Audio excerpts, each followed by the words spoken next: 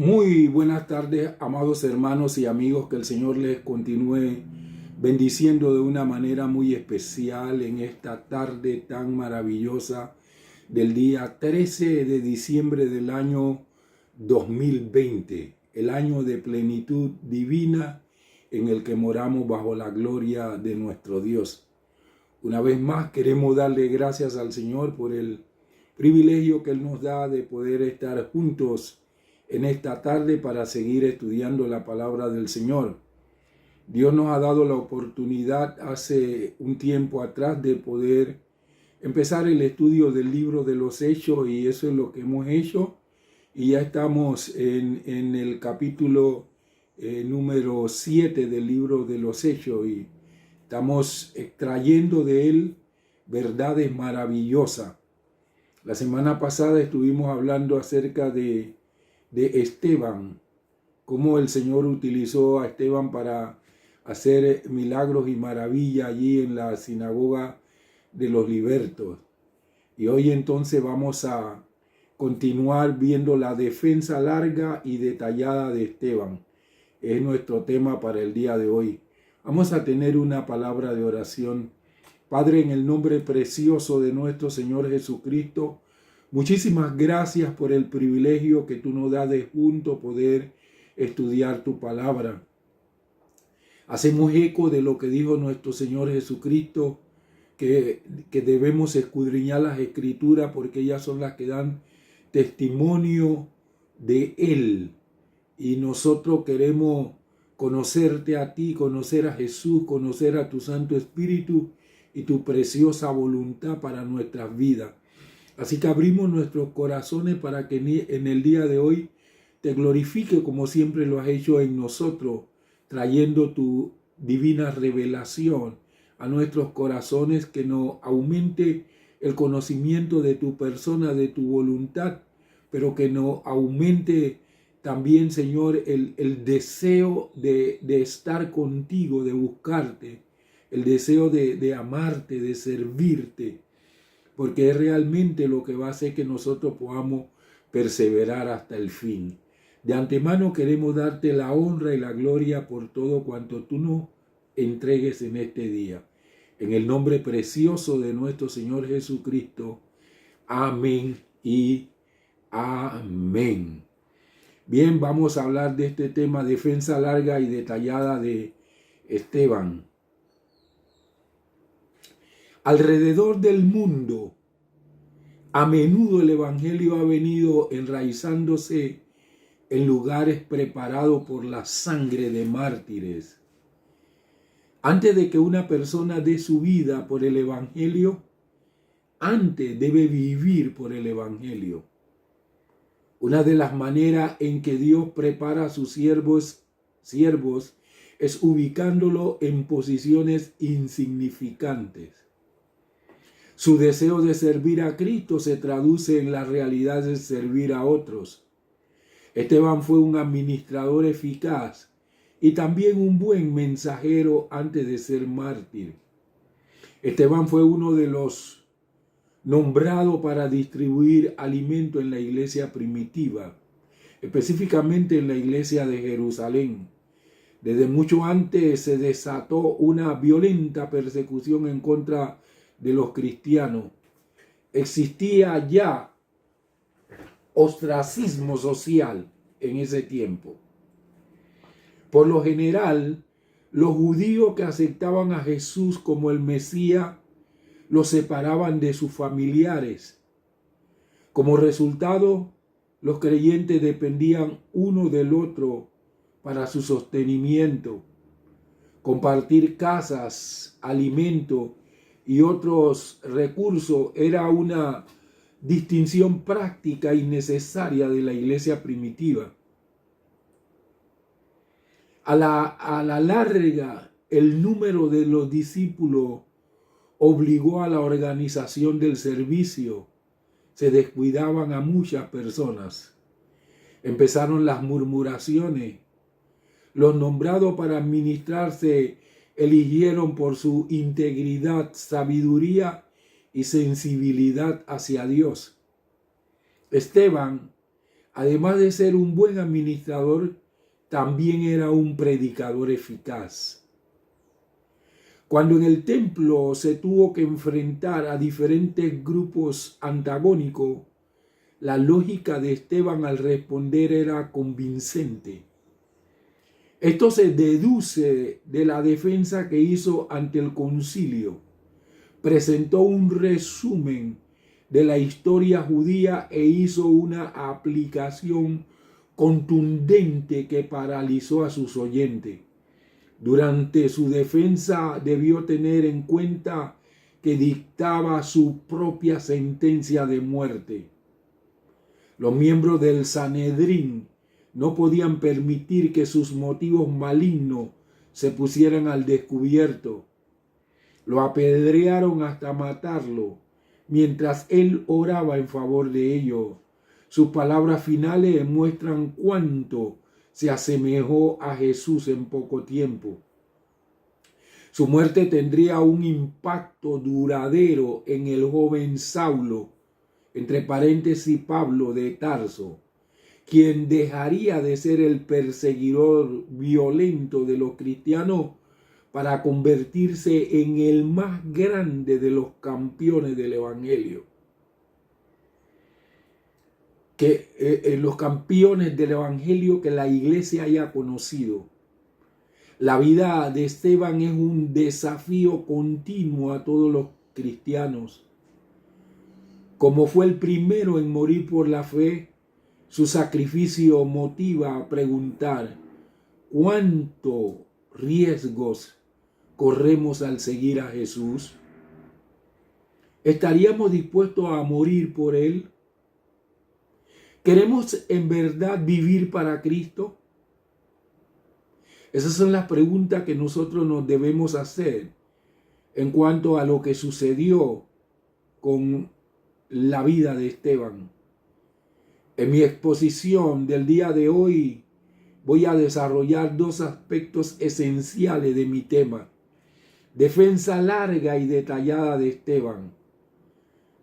Uno, se mostró poderoso en espíritu y muy versado en las Escrituras. Dos, detalla la formación de la familia de Abraham. Vamos a ver este punto número 1. Se mostró poderoso en espíritu y muy versado en las Escrituras. Está basado en Hechos capítulo 7, versículos del 1 al 7. Dice así la palabra del Señor.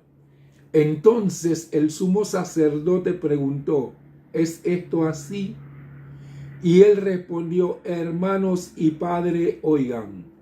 El Dios de la gloria apareció a nuestro padre Abraham cuando estaba en Mesopotamia, antes de que habitase en Harán.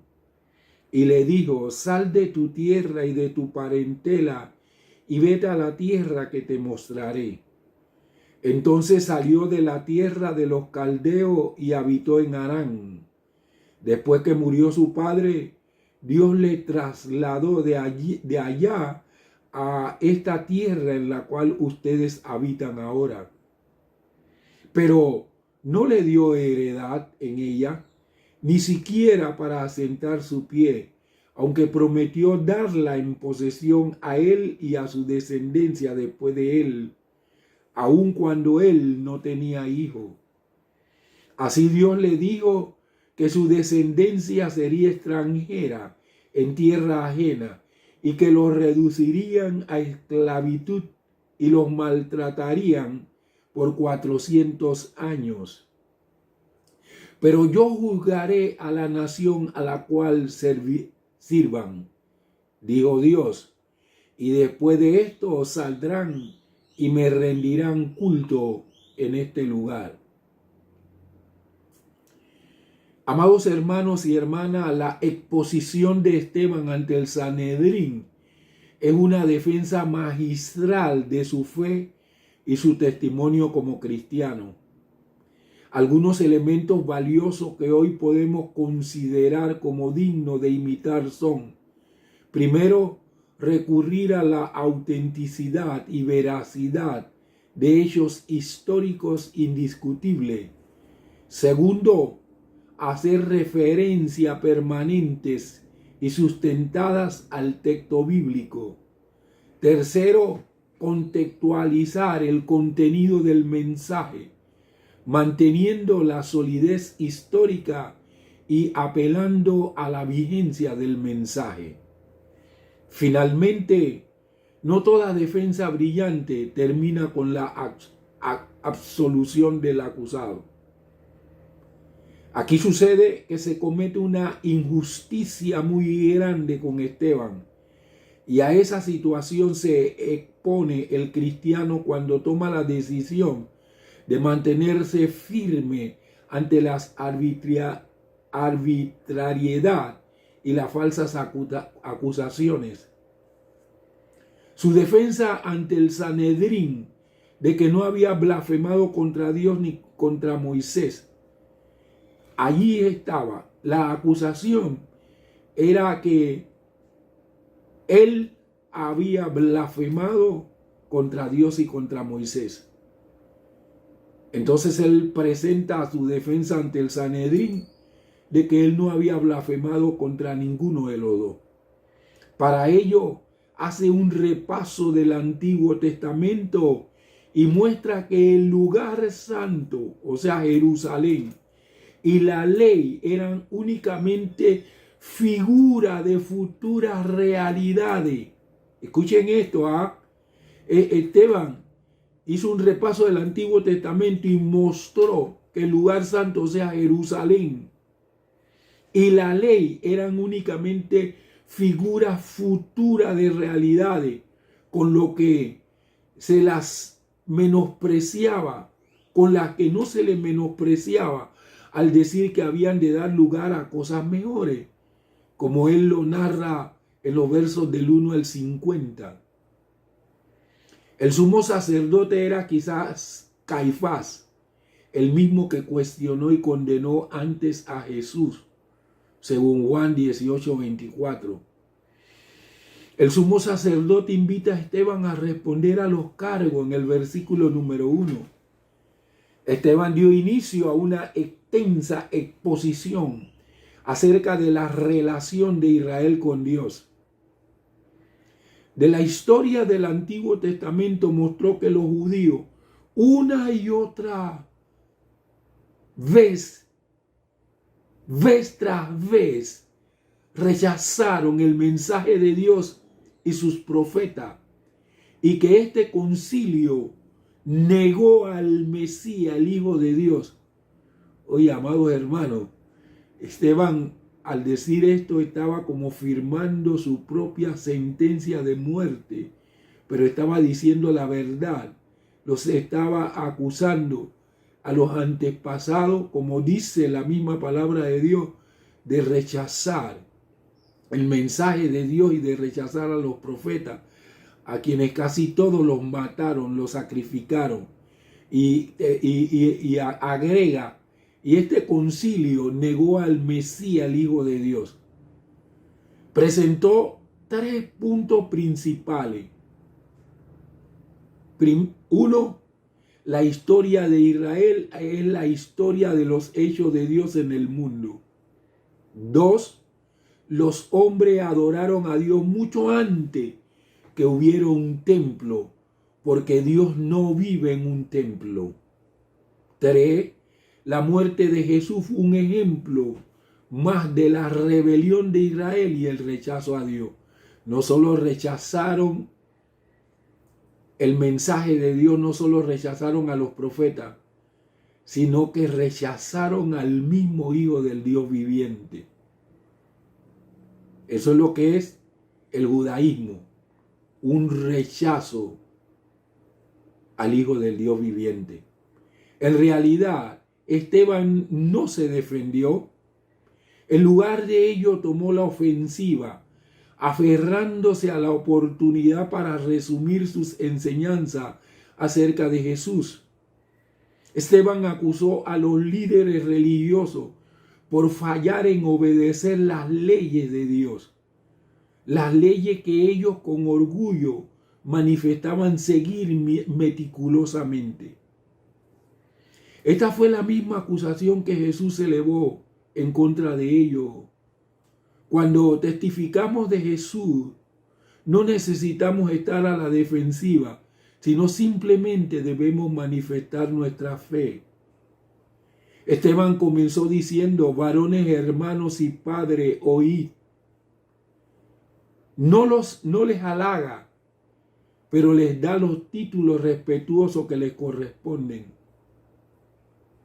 Aunque ellos le miran como un enemigo y apóstata de la religión judía, del judaísmo, él los llama varones dignos de atención, hermanos de la misma familia de Israel y padre por la autoridad que tenían. Pide que le presten atención. Comienza su discurso con el llamamiento de Abraham, el primer patriarca de Israel, cuyo país nativo, Mesopotamia, era idólatra. Especifica que era el país de los caldeos. De allí le llamó y le sacó Dios. Después de eso, habitó en Harán, es de allí. 5 años más tarde, cuando murió su padre, que Dios lo trasladó a esta tierra en la cual vosotros habitan ahora, le dice Esteban al Sanedrín. Con esto hace observar a sus jueces, entre paréntesis, y a nosotros también. 1, que en todos nuestros caminos hemos de atender a la dirección de Dios por medio de su providencia. 2, que a quienes Dios separa mediante un pacto para que se entreguen a Él y se aparten de lo mundano, les pide que le sigan por fe y con obediencia. Los jueces acusaban a Esteban de blasfemia, pero él muestra ser un fiel hijo de Abraham. Entre paréntesis, nuestro Padre, en la obediencia y el culto al verdadero Dios, al Dios de la gloria. 3. Ellos estaban orgullosos de su circuncisión y de la tierra en que habitaban ahora, pero él les hace ver que Dios llamó a Abraham en tierra extraña y entró en pacto con él antes de estar circuncidado, con lo que ni la circuncisión en la carne ni el lugar donde moraban tenían la importancia que ellos le daban.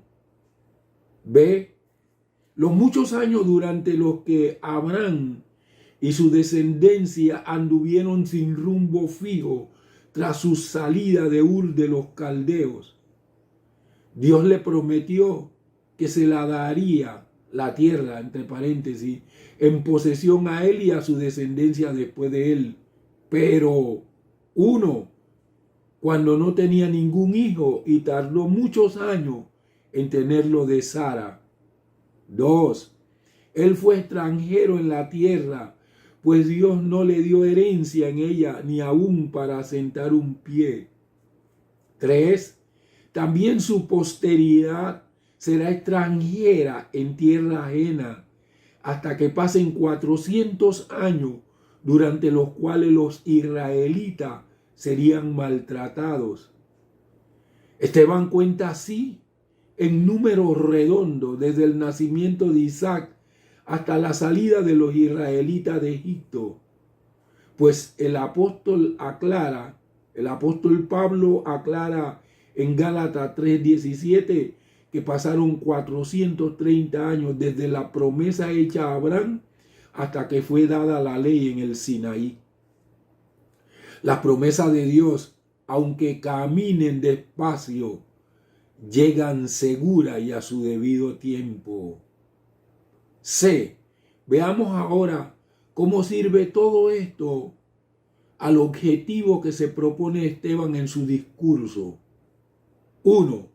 La nación judía era insignificante en sus comienzos, así como el primer patriarca Abraham fue sacado de la oscuridad de Ur de los caldeos. También las tribus de Israel fueron sacadas de la esclavitud en Egipto. El que los sacó de allí las puede volver a meter allí sin perder nada. Y puede también de las piedras mismas suscitarle hijos a Abraham. 2. Los lentos pasos por lo que se fue cumpliendo la promesa hecha a Abraham muestran que tenía un significado espiritual y que la tierra principalmente implicada en la promesa era una patria mejor. Esto es celestial. Hebreo 11 del 14 al 16. Los que así hablan claramente dan a entender que buscan otra patria. Pues si de veras se acordaran de la tierra de donde salieron, tendrían oportunidad de regresar. Pero ellos anhelaban una patria superior, es decir, la celestial. Por eso Dios no se avergüenza de llamarse el Dios de ellos, porque les ha preparado una ciudad. El Sanedrín y todos los que estaban presentes en el juicio de Esteban le daban mucha importancia a la tierra natural de Jerusalén. Sin embargo, Esteban le hace ver a ellos que eso era insignificante al lado de la tierra de la promesa, que era espiritual, una patria que Dios estaba preparando para todos aquellos que creyeran y le obedecieran. No era pues blasfemia decir que Jesús había profetizado la destrucción de este lugar, cuando era Él precisamente quien nos había de guiar a Canaán, la celestial. Ahora, Jesús profetizó acerca de la destrucción de Jerusalén y en el año 70 fue destruida, porque realmente la promesa de Dios no está basada en la tierra natural. La promesa de Dios es una Canaán celestial y el único que nos puede guiar a esa Canaán celestial es el Señor Jesucristo. No hay tal cosa como raíces. La raíz de Abraham, la raíz del linaje de David es uno solo, el Señor Jesucristo. No tiene que ver nada con religión. Tiene que ver con una persona, la simiente de Abraham, nuestro amado, adorado y glorioso Salvador Jesucristo. Eso es la fe que jamás debe faltar en nosotros. El Señor Jesucristo dijo, cuando el Hijo del Hombre regrese, hallará fe en la tierra. Es impresionante ver la cantidad de gente que en este tiempo está apostatando porque no han puesto su mirada en la raíz de Abraham, en la raíz de David. No han puesto su mirada en la simiente de Abraham, que es nuestro Señor Jesucristo. Y todo eso se lo dijo Esteban al Sanedrín y a la multitud que estaba allí viendo su juicio. Qué impresionante. Esteban con este mensaje firmó su sentencia de muerte. Y algunos de nosotros vamos a tener que hacer lo mismo, presentar defensa del Evangelio de nuestro Señor Jesucristo contra el judaísmo. Esto puede ser que no nos sentenciemos a muerte como se sentenció Esteban, pero puede quitar de alrededor de nosotros a muchísima gente que no han entendido que la única esperanza que nosotros tenemos es nuestro Señor Jesucristo. Vamos al segundo punto. Detalle de la formación de la familia de Abraham. Este está sustentado en Hechos capítulo 7, versículo del 8 al 16. Dios le dio el pacto de la circuncisión y así Abraham engendró a Isaac y le circuncidó al 8º día. Lo mismo hizo Isaac a Jacob y Jacob a los 12 patriarcas. Los patriarcas, movidos por envidia, vendieron a José para Egipto, pero Dios estaba con él. Le libró de todas sus tribulaciones y le dio gracia y sabiduría en la presencia del faraón, rey de Egipto, quien le puso por gobernador sobre Egipto y sobre toda su casa. Entonces vino hambre y gran tribulación en toda la tierra de Egipto y en Canaán, y nuestros padres no hallaban alimento. Pero al oír Jacob que había trigo en Egipto, envió a nuestros padres la primera vez. La segunda vez, José se dio a conocer a sus hermanos. Así el linaje de José fue dado a conocer al faraón. Y José envió e hizo venir a su padre Jacob y a toda su familia, que eran 75 personas. Así descendió Jacob a Egipto, donde él y nuestros padres terminaron su vida, y fueron llevados a Siquem y puestos en el sepulcro que Abraham compró a precio de plata de los hijos de Amor en Siquem. Amados hermanos y hermanas, hay 5 aspectos importantes que cita Esteban acerca del detalle de cómo se formó la familia de Abraham. 1. Dios se comprometió a ser el Dios de Abraham y de su posteridad, y en señal de esto le dio el pacto de la circuncisión, como dice el versículo 8. Por lo que cuando le nació Isaac, le circuncidó al 8º día. Y comenzaron a multiplicarse. Isaac, entre paréntesis, engendró y circuncidó a Jacob, y Jacob a los 12 patriarcas, según el versículo 8.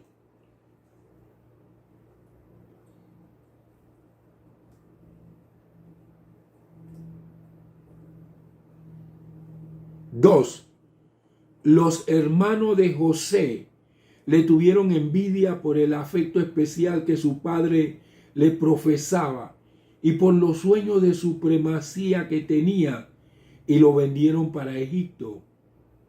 3. Pero Dios estaba con él, como dice el versículo 9, la parte B. Le reconocía por suyo y le favorecía, de modo que le libró de todas sus tribulaciones e hizo que sirviesen para su exaltación como gobernador sobre Egipto y sobre toda la casa de Faraón. 4. Jacob se vio obligado a bajar a Egipto por el hambre que se abatió sobre toda la tierra de Egipto y de Canaán, pues oyó que había trigo en Egipto. Por 2 veces envió a sus hijos allá. Y en el segundo viaje José se dio a conocer a sus hermanos, etc. En cuanto al complot de Esteban, al complot contra Esteban, en cuanto al cómputo de Esteban sobre el número de 75 personas que del linaje de Jacob entraron con él en Egipto, como dice el verso 14, Esteban cita de los 70, de la Septuaginta, este versículo de Génesis 46, 26, donde se dice 75. 5. Jacob y sus hijos murieron en Egipto, y sus restos fueron trasladados a Siquem, etc. Aunque Jacob fue sepultado en Hebrón, como dice Génesis 50, 13, y de los demás hijos de Jacob no se conoce el sepulcro. El hecho que José, el personaje que a Esteban le interesaba poner de relieve, fue sepultado en el terreno comprado por Jacob en Siquem, como dice Josué, capítulo 24, versículo 32. Eso hace que tengamos aquí un resumen generalizado. Siquem quedaba en la provincia de Samaria. Esto pone de relieve una vez más que Jerusalén no era el único lugar sagrado en la estimación de los antiguos. 6. Veamos cómo estos detalles sirven al propósito de Esteban. A. Hace ver a sus jueces que José fue figura de Cristo, tanto en su humillación como en su exaltación. B. Que de la misma manera que José fue rechazado por sus hermanos y vendido como esclavo, a pesar de lo cual lo sufrió todo con humildad y paciencia y perdonó después a sus hermanos, también Cristo había sido rechazado y condenado a muerte por ello, pero había sido exaltado a la diestra del Padre, desde donde seguía siendo el único medio de salvación para ellos como para todos. C. Aquella tierra santa que ellos estimaban tanto no fue durante muchos siglos la morada de sus antepasados, por lo que no les ha de parecer extraño el que, después de ser tan contaminada por el pecado, entre paréntesis, en especial con el derramamiento de la sangre del justo, vaya a ser destruida. El mensaje de Esteban resumió la historia de Israel, expresando cómo el pacto se tomó en cuenta a través del tiempo. Esteban señaló que Dios siempre respetó la parte que le correspondía en la promesa hecha, pero Israel falló una y otra vez hasta el final. A pesar de que los judíos contemporáneos de Esteban seguían adhiriéndose a la ceremonia de la circuncisión, eran negligentes en obedecer. Los corazones de la gente estaban lejos de Dios. Y eso es lo que nosotros debemos meditar y examinarnos para ver si realmente nosotros no estamos imitando a los israelitas con su religión del judaísmo, adhiriéndonos a ceremonias que están dentro del judaísmo y siendo entonces negligente al obedecer a Dios a través de la maravillosa persona de nuestro Señor Jesucristo. ¿Saben qué le dijo Dios a Moisés? Yo levantaré un profeta como tú. Al que no escuche ese profeta, yo lo cortaré. Si yo ahora mismo renuncio a toda la fe que yo tengo para meterme en el judaísmo, ustedes saben, mis amados hermanos, ¿qué estaría haciendo? Estaría rechazando todo lo que predicó el Señor Jesucristo y todo lo que reveló a través del apóstol Pablo. Y Dios dijo, el que no escuche al profeta que yo levantaré como tú, será cortado. A veces nosotros nos podemos acercar a religiones, pero nuestros corazones están lejos de Dios si nosotros no prestamos atención a todas las cosas que el Señor nos ha dicho que nosotros tenemos que prestar atención. Este mensaje de Esteban fabuloso. La próxima semana nosotros vamos a continuar con esta exposición magistral de nuestro hermano Esteban, el primer mártir de la iglesia.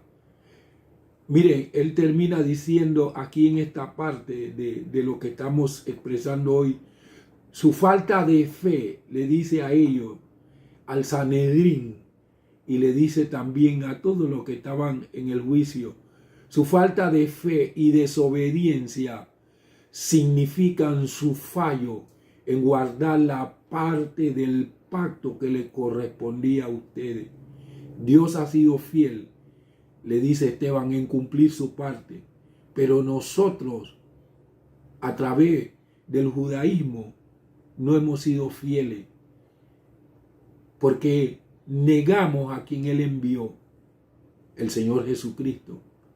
Hablando en términos de la nación de Israel. Jesús es la diferencia. Jesús es la raíz de David. Jesús es la simiente de Abraham. Jesús es el profeta que Dios prometió que traería el verdadero significado para nuestras vidas. Jesús es el que murió y el Padre lo resucitó y lo exaltó, según el Espíritu Santo a través de la boca de Pedro, dándole un nombre que es sobre todo nombre, para que delante de Él se doble toda rodilla de los que están en el cielo, de los que estamos en la tierra y de los que están debajo de la tierra. Y toda lengua confiese que Jesucristo es el Señor, para la gloria de Dios. Si hay cualquiera cosa que me separe a mí de esa adoración digna al Cordero, de esa adoración sublime al Cordero, yo lo tengo que rechazar. Cristo es la única esperanza. Por eso Pablo dijo que el Señor Jesucristo era su blanco, que Él no se apartaba ni a diestra ni a siniestra. Jesús es el blanco. Jesús es la razón de nuestro vivir, debe ser la razón de nuestro vivir y el motivo de nuestra existencia.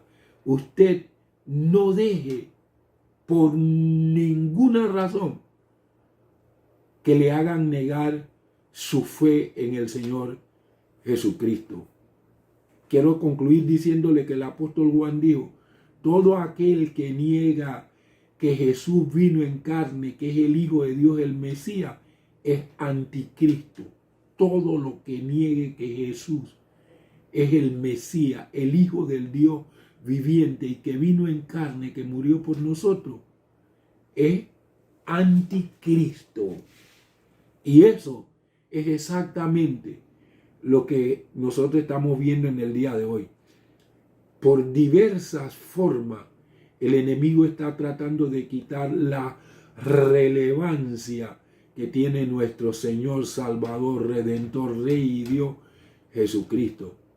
Y nosotros tenemos que permanecer firmes en nuestra fe en Jesús para no ser apóstatas. Así que yo le exhorto a estudiar con profundidad no solamente el Antiguo Testamento, sino el Nuevo Testamento.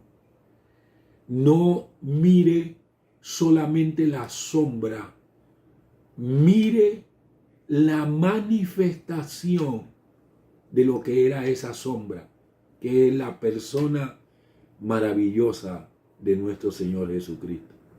Padre, en el nombre precioso de Jesús de Nazaret, queremos darte gracias por haber registrado este magistral mensaje, defensa, exposición de Esteban, Señor, frente al Sanedrín y a los que le acusaban de blasfemia, por haber expresado las palabras que dijo Jesús, de que el templo y la ciudad de Jerusalén serían destruidas. A Esteban lo sentenciaron a muerte, Señor, y lo mataron. Pero en el año 70, tal como lo dijo Jesús y lo testificó él, el templo fue destruido y Jerusalén fue hollada por los gentiles. Señor, haznos ver, abre nuestros ojos, haznos entender para que nosotros podamos permanecer firmes. No queremos estar en el número que dijo Jesús. Cuando el Hijo del Hombre regrese, hallará fe en la tierra. Queremos estar en el número de los que tienen su fe intacta en tu precioso y maravilloso Hijo.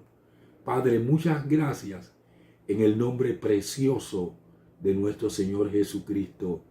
Amén y amén. Mis amados hijos e hijas hermanos y hermanas, quiero darle gracias por haber estado conmigo en este tiempo del estudio del libro de los Hechos del Espíritu Santo y el haber examinado la exposición de defensa del primer mártir de la iglesia, nuestro hermano Esteban. Espero estar con ustedes, si el Señor me los permite, el próximo jueves a las 7 de la noche. No se pierda estos mensajes que el Señor me ordenó preparar para mi familia. Así como Esteban trató de familia a los judíos, Dios me mandó a preparar estas exposiciones, estas disertaciones para mi familia. Y eso es exactamente lo que yo he estado haciendo durante todos estos meses de la pandemia. Cuando finalice este año inusual, entonces Dios hará que yo me dedique también a otras cosas. Pero usted aproveche este tiempo. Le saludo y le bendigo en el nombre precioso de nuestro Señor Jesucristo.